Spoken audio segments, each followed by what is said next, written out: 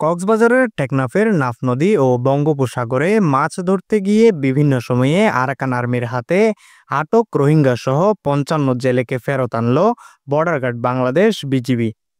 বুধবার ১৬ এপ্রিল দুপুরে Teknaf Myanmar transit jetty ঘাট দিয়ে এসব জেলেদের ফেরত আনা হয়।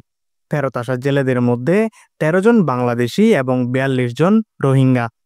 বিষয়টি নিশ্চিত করেছেন টেকনাফ উপজেলা নির্বাহী কর্মকর্তা শেখ এহসান উদ্দিন।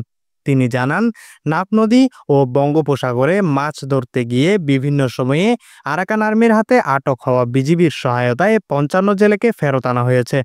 তাদের প্রাথমিক চিকিৎসা ও তথ্য যাচাই বাছাই চলছে।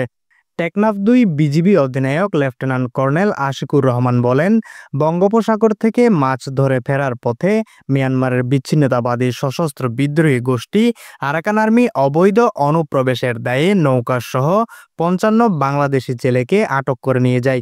পরে আরাকান আর্মির সঙ্গে যোগাযোগ শুরু করি। এক পর্যায়ে বুধবার দুপুরে জেলেদের ফেরত আনা হয়েছে। পরে যাবতীয় আইনি কার্যক্রম শেষে তাদেরকে স্বজনদের কাছে হস্তান্তর করা হয়। টেকনাফ থেকে এস এন কায়সার জুয়েলের প্রতিবেদনে জয়ন্ত জয়, সিসিএন।